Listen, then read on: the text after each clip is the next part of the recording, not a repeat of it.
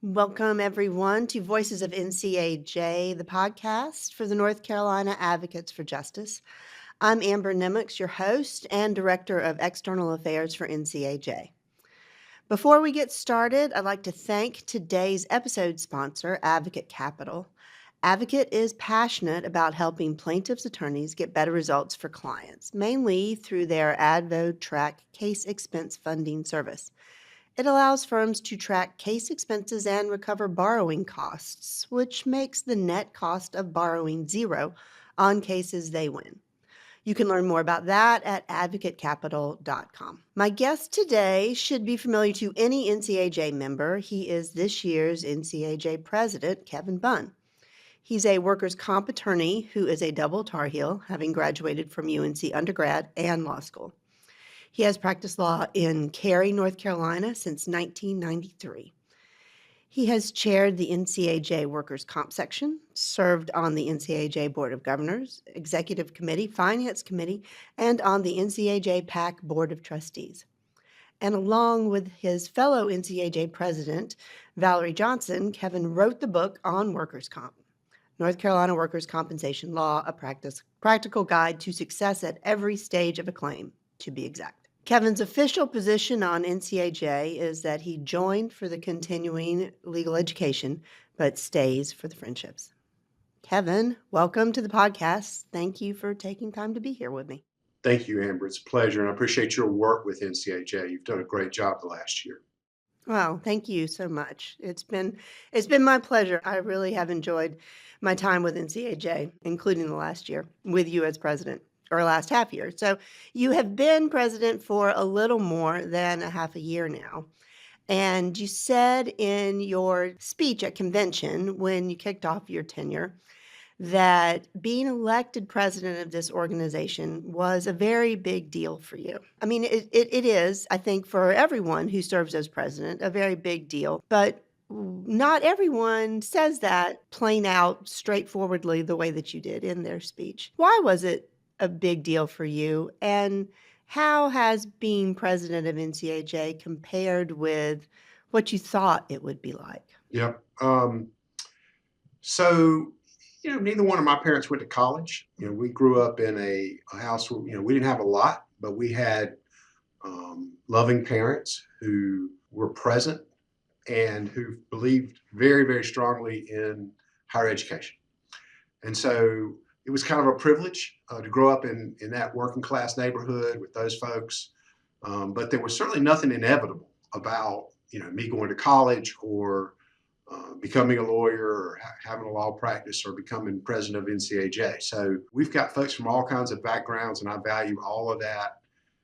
But it is special, to know that, you came from somewhere where it could have played out a lot of different ways. Then you look at, NCAJ, I mean, nobody does what we do, right? I mean, you take any of the legal areas where our lawyers practice law, and you take a whiteboard and you put the people who are opposing the people that we represent, the big, powerful, connected, really prominent forces that are opposing the folks that we represent. And then on the other side of that, you make a list of the people who are out there advocating for those folks. And a lot of times we're the only one on that side of the ledger.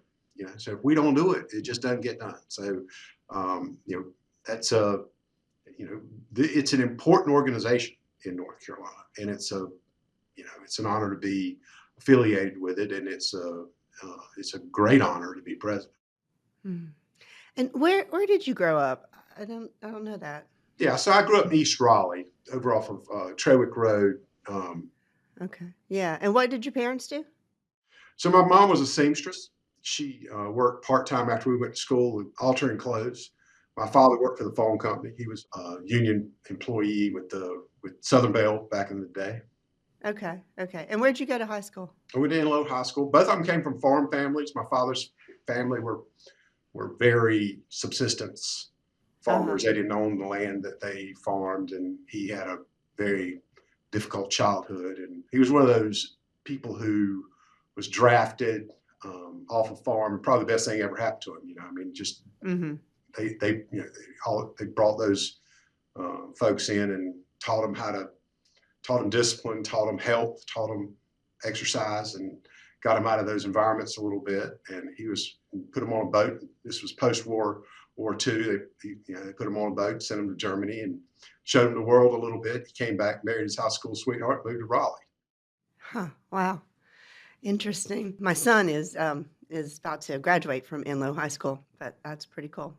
And so you went on to UNC from Enloe, right? That That's right. was where you went to undergrad. And so what was it like for your parents when you were wait, were you the oldest? Were you the first kid to go to college? No, I was a middle child. My folks, for whatever reason, they just decided that education was the key to bettering yourself, and Hmm. they were going, and they sacrificed for it. We found a book not too long ago, a spiral notebook where my mother had entered every bit of income and every bit of expenditure that was involved in us going to college. Wow. So it meant a lot for us. At the time, it means more now than it did then. I'm ashamed to say, but they didn't do things. They sacrificed things so that they could send us to college. That's amazing. Wow. So how did you decide when you were at UNC, how did you decide that you wanted this career path? Yeah, that's it. So I was really influenced at UNC. At UNC, I met some folks: Bill Friday, John Sanders. Sanders was the director of the Institute of Government back in the day, and he introduced me to John Sanders, and I got to know Richard Stevens a little bit, who was the Wake County manager at the time, and Bill Friday, of course, was president of the university. And for whatever reason, they were willing to spend some time with me during those years. And I ended up doing an MPA program, Master's Public Administration program at UNC, and then went to work for the North Carolina Rural Economic Development Center, which is a private nonprofit organization. Bill Friday was the chairman of that organization, and he connected me with the president of that organization at the time.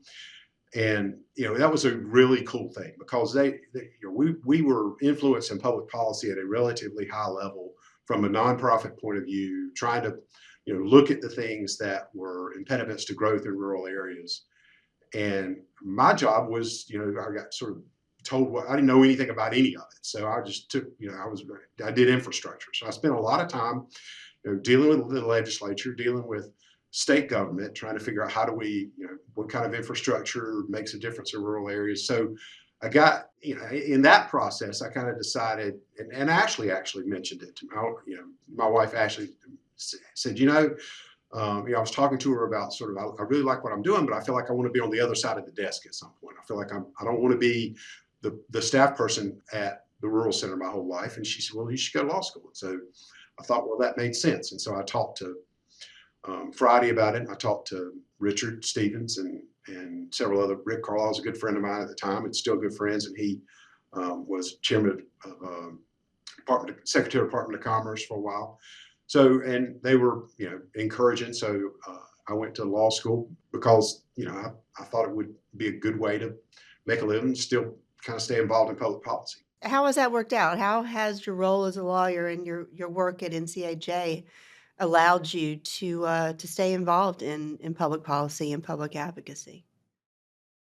Yeah, I mean, so one of the neatest things about NCAJ is it provides the mechanism to work at high levels of public policy and still make a living. So, folks like Hank Patterson and Jim Lohr and Mark Sumwalt, probably naming names that you don't know when to stop, right? So Right, right. Rick Harper, Victor Farah, Kathleen Glancy, all these people who were really committed to the rights of injured workers, and not only representing those people for a living, but in just doing the right thing.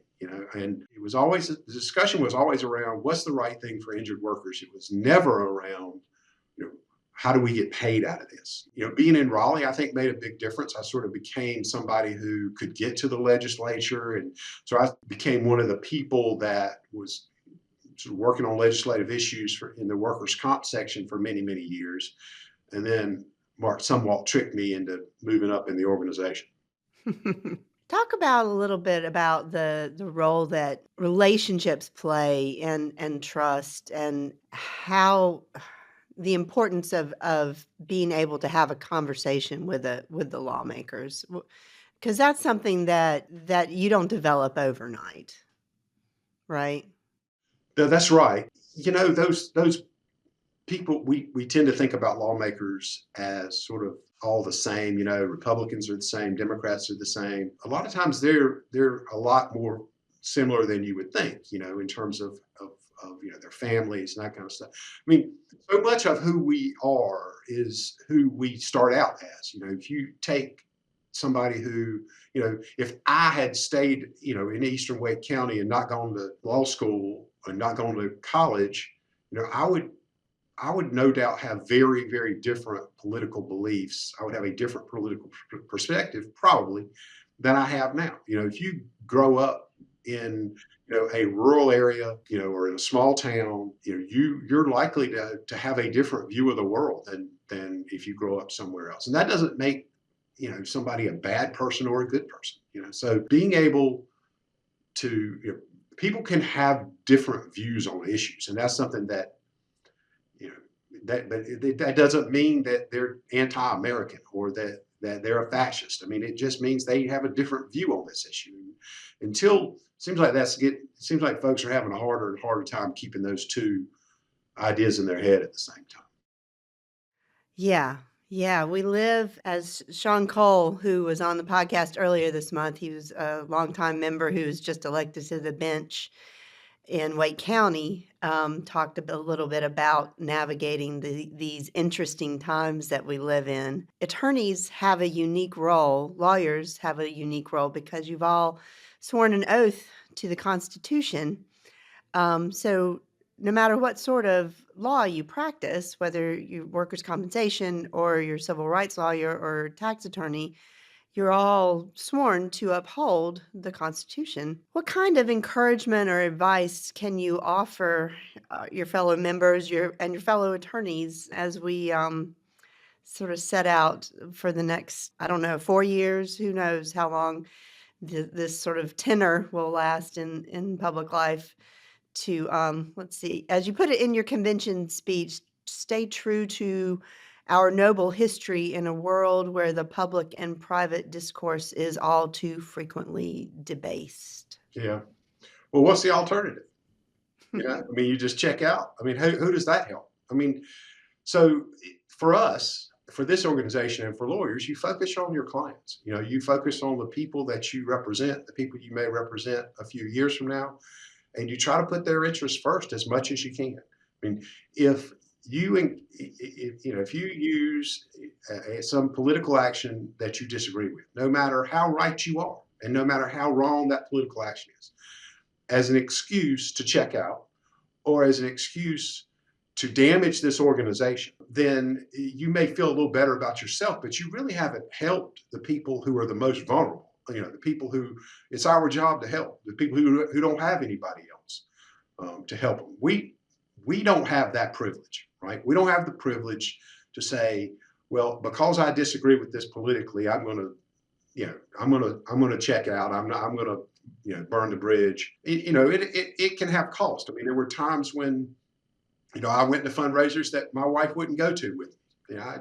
I'd explain to her, well, here's why I think I need to go, and here's why we ought to go, and this is where this person is at on this issue, and she'd say, well, that sounds like a great reason for you to go. But there were times where she wouldn't do it. So focusing, if we keep the interest of our clients, the people who get hurt work, the people who get hurt in automobile accidents or medical negligence, or people who stand to be deported, or who are disabled. I mean, if we put their interest ahead of our own to the extent we can, then we'll be on the right track. That seems like a fairly constant guiding star for this organization. Have you found that that's been where it's been at since you've belonged here? Yeah, I mean, it's I can name some examples of circumstances where you've got members of this organization advocating on issues that are contrary to their own financial interest. Where we'd be better. I mean, look, I mean, for example, we oppose what we see as unconstitutional or unfair criminal legislation all the time. You know, even when that legislation would create more business for criminal defense lawyers because it's the right thing to do.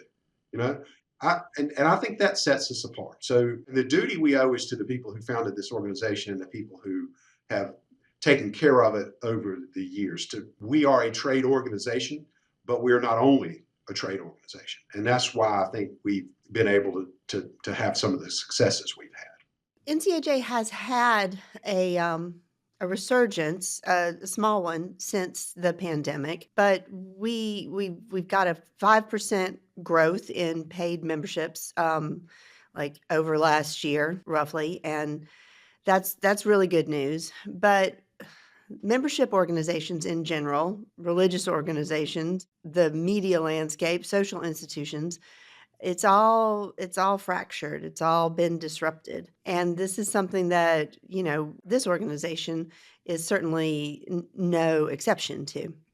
In your most recent column for Trial Briefs, you talked about the power and the importance of showing up in person. And this is something that I believe in myself, and that can make a real difference just in my own life. And I sort of like found it to be very helpful after the pandemic. So is this what's going to save us? Is like going to meetings face to face rather than zooming into everything? Yeah, I mean that's an interesting question, Amber. And you're right. I mean, and I think the infrastructure. I think that's a good word. I think I read that like a third of churches are expected to close over the next 10 years. What is really different, I think, about times now is there's so much anonymity. People get to just say whatever because of the internet. There's so much anonymity, which just creates hate. And and you're allowed to just kind of be with other people who live in other places who have the same prejudice that you do without having without as much social interaction where you kind of humanize this. I remember, and like probably 25 years ago, my wife Ashley's from King, and we were in downtown King. It's Sunday morning, come home from church, and there's one stoplight, and there's these two elderly ladies, and they were both driving gigantic cars, and they both entered the intersection in front of us at the same time and slammed on brakes and almost hit each other. And they stared at each other, and then they both just broke out into a smile, and they just went on. you know and I mean, the reason was they knew each other, right? And so having that kind of relationship, maybe their kids went to school together or they went to the same doctor or whatever, but they, in a small town, they knew each other. And so that what that creates is a kind of accountability that is frequently missing now. So I don't, I think what we have to do is we have to find different ways to do it. We've thought about this a lot, talked about it a lot at NCAJ. How do we go about, dealing with, the membership losses that membership organizations are having, and how do we, get people to go to be more in person? And what we sort of have done is we kind of try to figure out, how do we make ourselves more, what do young people want? What do the younger lawyers, what do the younger people expect in an organization? What are they looking for? And then we do those things, and we found out people show up, so maybe it's not CLEs as much as, which is what it was for me, right? I mean, that's how I met the people that I know in NCAJ, was through CLEs, and then slowly got involved in the other things. But the sidebar socials are very successful. So we have to, we have to find out other, how our convention is hugely successful. So to encourage, so we have to look at different mechanisms, different ways, so that our members can interact with each other and interact with other people. Whether it saves us or not, I hope we don't have to be saved. I hope we just continue our strong growth. And I'm really optimistic. I mean, one thing Andy Bansoff was a great president of this organization. He's our immediate past president. Karma Henson is going to be just a rock star president of this organization. She's the president-elect. Shannon has put together this incredible group of professional staff, you prominently included in that. So I'm really optimistic that we're going to find ways to meet people where they're at. Good. I hope so. we're working every day to try to make sure we do so. Yeah, I think you're right. I think that it's just finding ways to meet people where they're at, because I do think that even the younger people um, crave the personal interaction. They might just not know it yet. Some of them, but when they get out and turn up and start meeting one another, you really kind of see that it turns out to be that they do find value in it. And so this last question I have for you is something I've been meaning to ask you about since I updated your bio. It's kind of related to social interaction topic. When you became NCAJ president, you included in your updated bio the fact that you were a fencer in college. And I also went to UNC and I took fencing, but just for about 3 weeks because it was really hard. And I dropped it and I decided that I took bowling and social dance to satisfy my PE requirements, which were both much easier and they actually have come in handy from time to time. I do wish I had stuck with the fencing because it was very challenging. So this is just sort of one of those life questions. What's the value of learning to do something that you may never do again? Or are you have you continued your fencing career in quiet obscurity throughout Yeah, these years? it's been a while. That's an interesting question. So, I was a good athlete in high school, but I was a good athlete in a high school that had, two future NBA players. Oh, Uh, really? and neither All one of right. them was the best athlete in the school. So I was a good athlete, but not that kind of athlete. So Uh-huh. went to fencing class, took it as a PE, as you said, and Coach Ron Miller, who, if you don't know Ron, you need to learn a little about Ron. He was an icon at UNC for many, many, many Sure. years.